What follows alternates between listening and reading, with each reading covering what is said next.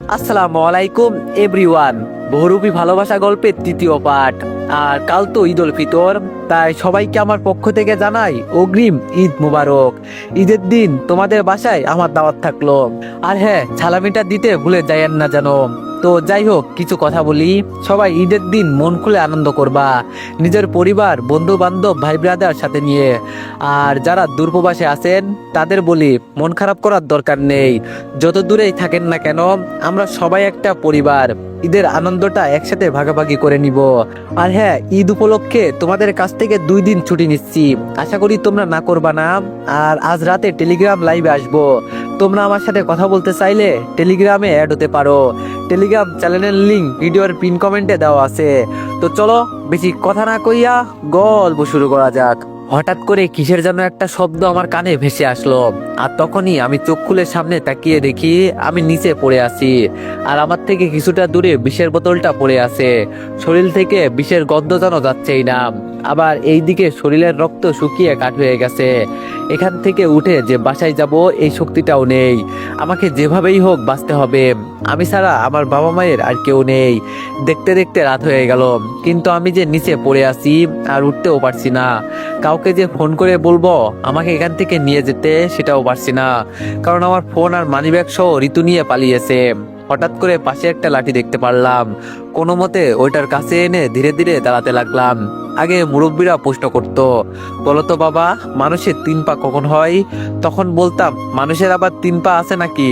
তখন তারা বলতো, যখন বুড়ো হয়ে যাবে তখন তোমার 3 পা হবে, এখন তুমি এটা বুঝবে না। তবে আজকে আমি সত্যি সত্যি বুঝতে পারছি মানুষের কোন সময় 3 পা হবে। লাঠির সাহায্যে বাসার বাইরে গেলাম। আর বাসার সামনে ছোট্ট একটা সুইমিং পুল দেখতে পারলাম। ধীরে ধীরে ওখানে নেমে গেলাম। শরীরটা আজকে অনেক ক্লান্ত হয়ে আছে। আগে মাথা ঠান্ডা করি, পরে চিন্তা করি কি করা যায়। কিছুক্ষণ পানিতে থাকার পর মনে হলো যেন শরীরে কিছুটা শক্তি ফিরে এসেছে। তবে ঋতু আমার সাথে আজকে যা করলো, এর হিসাব আমি একদিন নিব। ওকে ছোট বলে আমি ছেড়ে দিয়েছিলাম, কিন্তু ও কিনা আমাকে মারতে এখানে নিয়ে এসেছিল। আর তানিয়ার কথা কি বলবো, ওকে তো আমি হাতে কলমে এমন শিক্ষা দিব যা ও জীবনেও বলতে পারবে না। পানি থেকে কোনো মতে উপরে উঠে গেলাম। আশেপাশে তাকিয়ে দেখার চেষ্টা করছি আমি এখন কোথায় আছি। আরে হ্যাঁ, একটু সামনে গেলেই তো আমি দুলাভাইয়ের দোকান পাবো। আমি লাঠির সাহায্যে ধীরে ধীরে হেঁটে সামনে যেতে লাগলাম। আর কিছুক্ষণের ভিতরে দোকানের সামনে চলে গেলাম। ভিতরে দেখি দুলাভাই বসে বসে কি জানি লেখছে। হঠাৎ করে দুলাভাই আমার দিকে তাকিয়ে দৌড়ে দোকান থেকে বের হয়ে আমাকে দোকানের ভিতরে নিয়ে গেল। আমি একটা চেয়ারে বসে সামনে থেকে কিছু নিয়ে খেতে লাগলাম। দুলাভাই আমাকে প্রশ্ন করলো, তোমার শরীরে যে এত আঘাত কেন? আর দেখে মনে হচ্ছে তোমাকে কেউ মেরেছে। আমি একটু পানি খেয়ে শান্ত হয়ে বসে বললাম, মানুষে আমাকে আর কি মারবে বলেন? আমাদের ঘরের ভিতরেই তো শত্রুর অভাব নেই। দুলাভাই আমার দিকে তাকিয়ে বলল, কি বলছো এসব তুমি? আমি বললাম, আমাকে আর কেউ মারে নাই দুলাভাই, আজকে আপনার মেয়ের জন্য আমার এই অবস্থা। এত ভালোবাসি আমি তানিয়াকে, কখনো ওকে আমি বাজে নজরে দেখি নাই। ও আমার বড় বোনের মেয়ে, আমি কি ওর কোনো ক্ষতি করেছি? এরপরও ও আমাকে আজকে মারতে নিয়ে গিয়েছিল। ভাগ্য ভালো যে বেঁচে ফিরেছি। দুলাভাই বলল, কি করেছে আমার মেয়ে, আমাকে একটু বুঝিয়ে বলো। আমি এক এক করে দুলাভাইকে সবকিছু বললাম। সবকিছু শুনে দুলাভাই বলল, এতটা খারাপ হয়ে গেছে আমার মেয়ে যে কিনা তার মামাকে মারতে গিয়েছিল। আর ঋতুকে আমি ভালো মেয়ে মনে করতাম, আর ও কিনা। আমি বললাম, বাদ দেন দুলাভাই, এখন আমি আর এইসব শুনতে চাই না। দুলাভাই আমাকে ধরে বলল, হাসপাতালে চলো, এখন তোমার ট্রিটমেন্টের দরকার। আমি বললাম, তার আর দরকার নেই দুলাভাই, আজকে রাতের ট্রেনে আমি আমার দেশের বাড়ি চলে যাব, আর কখনো হয়তো এখানে আসা হবে না। দুলাভাই মন খারাপ করে বলল, যা কিছু হয়েছে এর জন্য আমি তোমার কাছে মাপ চাইছি। আমি তোমাকে কথা দিচ্ছি, এর বিচার আমি নিজাতে করব। আমি বললাম, থাক দুলাভাই, আপনাকে আর কিছু করতে হবে না, শুধু তানিয়াকে একটু বুঝিয়ে বলবেন এইসব করা ভালো না। আর আপুকে বলবেন না আমি কোথায় আছি। আমি যে আজকে বাসায় চলে যাব, আপুকে কিছু বলবেন না। দুলাভাই বলল, দেখো রিফাত, আমি বলছি তো আমি এর বিচার নিজাতে করব, আমাকে কিছু সময় দাও, তোমার পাগলামো করতে হবে না। আমি দুলাভাইয়ের হাত ধরে বললাম, কয়েকদিন আগে তানিয়াকে আপু খুব মেরেছে, কিন্তু ও কিছু বোঝে নাই, উল্টা আমার উপর প্রতিশোধ নেওয়ার জন্য এসব করছে। আপনার হয়তো ভাই আছে, মেয়ে আছে, কিন্তু আমার বাবা মায়ের আমি ছাড়া কেউ নেই। আমার বাবার বয়স হয়ে যাচ্ছে, আমি মারা গেলে ওনার কি হবে? আজকে তো মৃত্যুর হাত থেকে বেঁচে আসছি, আপনার মেয়ে আর ঋতু তো ধরেই নিয়েছে আমি মারা গেছি। আমি কেমন মানুষের কাছে থাকি যেখানে আমার নিজের ভাগ্নি আমাকে মারতে চাই। থাক, আমি আর কিছু বলবো না। আপুকে আমার সম্পর্কে কিছু বলবেন না, কয়েকদিন গেলে পরে বলবেন আমি বাসায় চলে গেছি। আমি আর এই শহরে থাকতে চাই না। ভালো থাকবেন দুলাভাই আপনি। একটু পর এখান থেকে একটা ট্রেন যাবে, ওইটা দিয়ে চলে যাব। দুলাভাই আর কিছু না বলে চেয়ারে ধপ করে বসে পড়লো। কিছুক্ষণ চুপ থেকে দুলাভাই আমাকে বলল, আমি তোমাকে জোর করব না, তবে এই পিচ্চি মেয়েগুলো তোমার সাথে এমন কিছু করবে আমি ভাবতেও পারি নাই। আমি ওদের একটুও ছাড় দিব না। তানিয়া আমার মেয়ে তো কি হয়েছে? আমি বললাম, থাক দুলাভাই, ওকে কিছু করবেন না। তানিয়া এখনো হয়তো এত কিছু বোঝে না, তবে আমি শুধু এটুকুই জানতে চাইবো, আমি ওর কি এমন ক্ষতি করেছি যার জন্য আমাকে মারতে চাই? শুধু এই পর্যন্ত, আর কিচ্ছু না। দুলাভাই আমার হাতে একটা টাকার বান্ডিল দিয়ে বলল, এটা রাখো, যদি কোনোদিন দরকার হয় আমাদের মনে করবে, ঠিক আছে? আমি বললাম, আপনি অনেক ভালো মানুষ দুলাভাই, তবে আপনার কাছে আমার একটাই অনুরোধ, আমার আপুকে একটু নজরে রাখবেন, আপুকে কখনো কষ্ট দিবেন না। আমি আসি দুলাভাই, ভালো থাকবেন। দুলাভাইকে এই কথা বলে দোকান থেকে বের হয়ে গেলাম। এই শহরের মানুষগুলো খুব নিষ্ঠুর, ঋতুর হাত একটুও কাঁপে নাই আমাকে মারতে। আর কিছুক্ষণ আমি চোখ খুলে রাখলে ও হয়তো আমাকে জায়গায় খুন করে দিত। যাক, যা হয়েছে এখন আর এত চিন্তা করে লাভ নেই, তবে সময়ের সাথে আমি এর হিসাব সুদে আসলে বুঝিয়ে দিব। ধীরে ধীরে হেঁটে স্টেশনে চলে গেলাম। ট্রেন আসতে আরো 20 মিনিট বাকি আছে। কাউন্টারে গিয়ে একটা টিকিট কেটে নিলাম। কিছুক্ষণ অপেক্ষা করার পর ট্রেন চলে আসলো। অবশেষে তাহলে আমি আমার বাড়িতে চলেই যাচ্ছি। কতদিন পর বাবা মাকে দেখবো, ভাবতেই মনটা ভালো হয়ে গেল। আমার জীবনে কি আছে কি নাই তা নিয়ে ভাবি না। বাবা মা আমার কলিজার টুকরো। আমার এখনো মনে হয় আমাকে যখন সাপে কামড় দিয়েছিল তখন আমাকে হাসপাতালে নিয়ে যাওয়ার মতো টাকা ছিল না আমার বাবার। তখন আমার বাবা নিজের শরীরের রক্ত বিক্রি করে আমাকে চিকিৎসা করিয়েছে। আম্মুর কথা আর কি বলবো, যিনি সবসময় আমার পাশে ছায়ার মতো পড়ে থাকতেন। কি আছে আমার জীবনে? সারা জীবন কাজ করব, তাও বাবা মাকে শান্তিতে রাখবো। সিটে বসে কখন যে ঘুমিয়ে গেছি বলতেও পারি না। যখন ঘুম ভাঙলো তখন দেখি আর 2টা স্টেশন গেলেই আমি আমার গন্তব্যের জায়গায় পৌঁছে যাব। বসে বসে চিন্তা করছি, আচ্ছা, ছোটবেলায় যে আমি আমাদের পাশের বাসার একটা মেয়েকে পছন্দ করতাম, ও কি আজও বাড়িতে আছে নাকি চলে গেছে? তবে এই মেয়েটাকে শুধু ছোটবেলায় দেখছি, কিন্তু যখন ও বড় হয়েছে তখন ওর বাবা ওকে শহরে পাঠিয়ে দেয়। এরপর ওর সাথে আমার আর দেখা হয় নাই। তবে যদি ওকে একবার সামনে পাই, বলেই দিব যে আমি ওকে পছন্দ করতাম।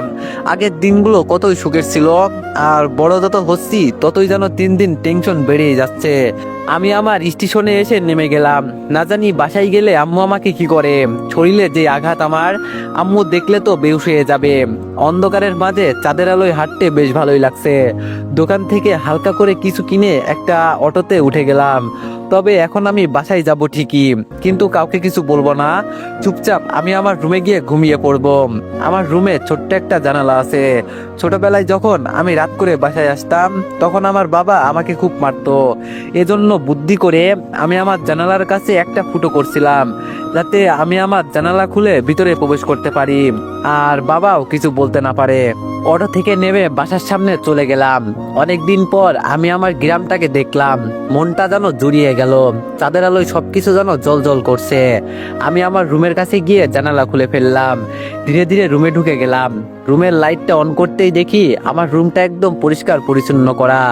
আমি বুঝেছি আমার ছোট বোন আমার রুমটা সবসময় পরিষ্কার করে রাখে।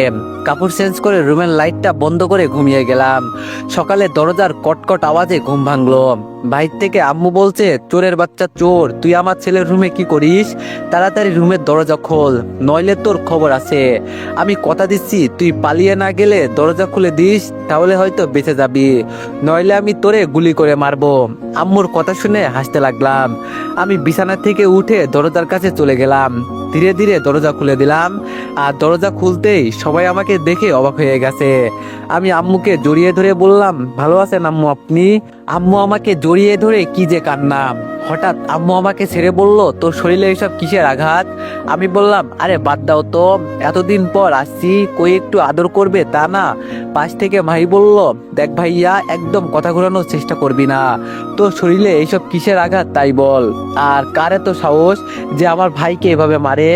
আমি আম্মুকে সরিয়ে ভিতরে গিয়ে একটা চেয়ার টেনে বসে বললাম, এইসব শুনতে হবে না আম্মু, মনে করো এটা একটা অ্যাক্সিডেন্ট, এখন ভাত দাও, খিদে পেয়েছে। আম্মু আমার কাছে বসে আমার কপালে চুমু দিয়ে বলল, বাবা তোর কি হয়েছে তাই বল। তোর বাবা এসে দেখে যদি তোর এই অবস্থা হয়েছে তাহলে আমাকে বকা দিবে। আমি বললাম, আম্মু এইসব শুনলে তোমার মন খারাপ হবে। মাহি রুমে গিয়ে দেখ, তোর জন্য একটা গিফট এনেছি। মাহি আমার পাশে দাঁড়িয়ে বলল, গিফট পরে নিব, আগে বল তোর কি হয়েছে। আমি বুঝছি ওরা আমাকে এত সহজে ছাড়বে না, তো আর কি করব। আম্মুকে সত্যি কথাই বলে দিলাম। আম্মু সব শুনে শান্ত হয়ে বসে আছে, কিছু বলছে না। আর বলবে কিভাবে? তানিয়া তো আমার বোনের মেয়ে। আমি আম্মুকে বললাম, বাদ দাও আম্মু, আমি চলে আসছি, আর যাব না ওদের বাসায়। বাবার সাথে কৃষি কাজ করব, আর পাশাপাশি ছাত্র পড়াবো। আম্মু কিছু না বলে দাঁড়িয়ে বলল, তুই বস, আমি খাবার নিয়ে আসছি। আমি আম্মুর হাত ধরে বললাম, আপুর এমনি মন খারাপ, ওকে কল করে সাবধান, কিছু বলবে না। যদি আমার কথা জিজ্ঞেস করে বলবে জানি না। আম্মু ভিতরে যাওয়ার পর মাহি বলল, ভাইয়া আমি তানিয়াকে ছাড়বো না, তুই দেখিস ওকে কিভাবে আমি মারি। আমার ভাইয়াকে ও মেরেছে। আমি মাহির হাত ধরে আমার রুমে গিয়ে ওর হাতে নতুন কাপড় দিয়ে বললাম, তোর পছন্দের কাপড়গুলো নিয়ে আসছি, এগুলো অনেক আগেই দুলাভাইয়ের দোকানে রেখেছিলাম, যদি বাড়িতে আসি তাহলে নিয়ে আসবো, আর আজকে তোর জন্য নিয়ে আসছি। মাহি আমাকে ধন্যবাদ দিয়ে বলল, তুই খাবার খা, আমি এগুলো পরে আসি। আর তুই আসলি কখন এটাই তো জানি না। আমি বললাম, রাতে এসেছিলাম, কিন্তু তোদের ডাকি নাই। মাহি বলল, কেন ডাকলি না? আমি বললাম, বাদ দে, যা তুই এগুলো পরে আয়। মাহি নাচতে নাচতে ওর রুমে চলে গেল। আম্মু খাবার নিয়ে আমার হাতে দিল, কিসের যেন একটা ওষুধ এনে আমার ক্ষত জায়গায় লাগিয়ে দিতে দিতে বলল, আজকে যদি তোর কিছু হয়ে যেত তখন আমাদের কি হতো বল। আমি বললাম, এজন্যই তো ওখান থেকে চলে আসছি। আর আম্মু, দুলাভাই 1 লাখ টাকা দিয়েছে, হয়তো আমার ব্যাগে রাখা আছে, ওটা বাবার হাতে দিয়ে দিও। আম্মু বলল, এত টাকা দিল কেন? আমি বললাম, আমাকে দুলাভাই রাখতে চেয়েছিল, কিন্তু আমি একেবারে চলে আসছি, এজন্য এত টাকা দিয়েছে। আর বাবা কোথায়? আম্মু বলল, কি জানি, এখন কোথায় না কোথাও গিয়েছে।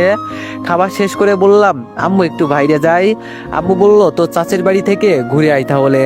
আমি বললাম, ওখানে পরে যাব, আগে গ্রামের একটু হাওয়া খেয়ে আসি। মাহি বলল, ভাইয়া আমাকে কেমন লাগছে? আমি মাহির দিকে তাকিয়ে বললাম, কি ব্যাপার বোন, তোরে তো আজকে অনেক সুন্দর লাগছে। মাহি ধন্যবাদ বলে আমার পকেটে হাত দিয়ে বলল, তোর ফোনটা কই ভাইয়া? আমি বললাম, ওই মেয়ে নিয়ে গেছে। মাহি বলল, তাহলে তুই আসলি কেন? তুইও ওই মেয়ের সাথে চলে যেতি, তোর লজ্জা করে না মেয়েদের হাতে মার খেতে? আম্মু মাহিকে ধমক দিয়ে বলল, তুই চুপ করবি, ছেলেটা মাত্র এসেছে, আর তুই কি শুরু করলি বলতো? আমি মাহির দিকে তাকিয়ে বললাম, চিন্তা করিস না বোন, তোর এই ভাই একদিন এমন কিছু করবে সবাই শুধু তাকিয়ে তাকিয়ে দেখবে। এখন চল সুমনের বাসায় যাই। সুমন আমার ক্লাসমেট, তবে ওর একটা হাত নেই। আমি যখন বাসায় আসি ও সব সময় আমার সাথেই থাকে, ওর একটা হাত না থাকলে কি হবে? ওর মন মানসিকতা অনেক ভালো। মায়ের সাথে বাসা থেকে বের হতেই পাশের বাসার এক ভাবি সামনে পড়লো। ভাবি আমাকে দেখে বলল, কি রিফাত, দিন দিন দেখি শুধু সুন্দর হচ্ছ, কাহিনী কি?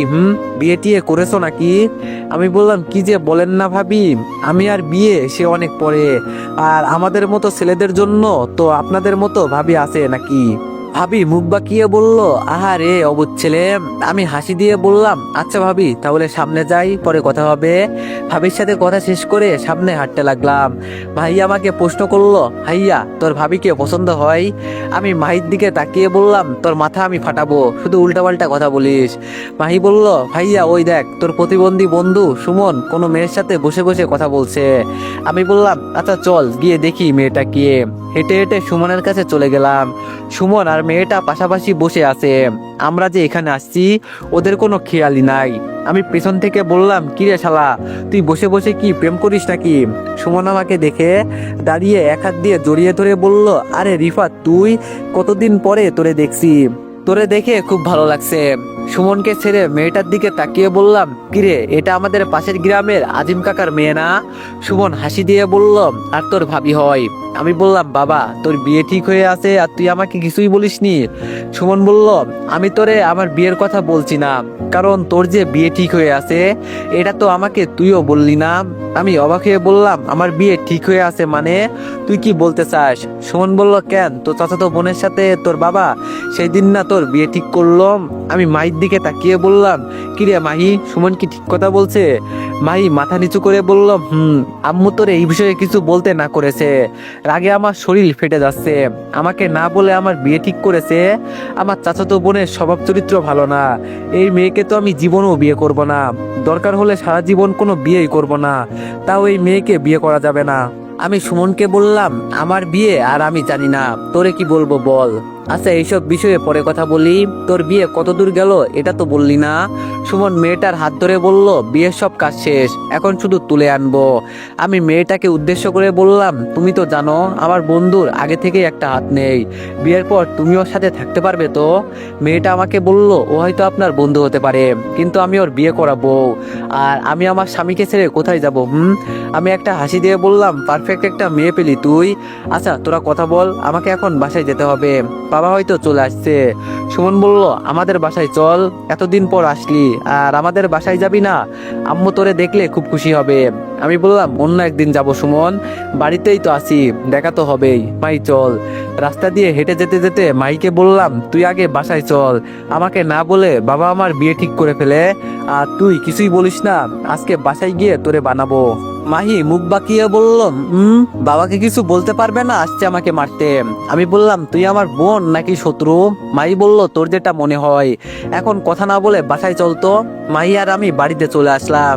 বাড়ির ভিতরে গিয়ে দেখি বাবা সহ আমার চাচাতো ভাই রাসেল চেয়ারে বসে আছে। বাবা আমাকে দেখে আমার কাছে এসে আমাকে জড়িয়ে ধরে বলল, বাবা তুমি কেমন আছো? আমি বললাম, এই তো বাবা, আলহামদুলিল্লাহ ভালো আছি, আপনি ভালো আছেন? বাবা বলল, আগে ভালো ছিলাম না, কিন্তু এখন তোমাকে দেখে আমার বেশ ভালোই লাগছে। আমি বাবাকে ছেড়ে রাসেল ভাইয়ার সামনে গিয়ে দাঁড়িয়ে বললাম, ভাইয়া আপনি ভালো আছেন? রাসেল ভাই আমাকে দেখে একটা হাসি দিয়ে বলল, এই তো ভালো আছি, তুই ভালো আছোস? আমি বললাম, রাসেল ভাই আমাকে ওনার পাশে বসিয়ে বলল, বস এখানে, তুই, তোর সাথে আমার কিছু কথা আছে। আমি রাসেল ভাইয়ার কথা শুনে ওনার পাশে বসলাম।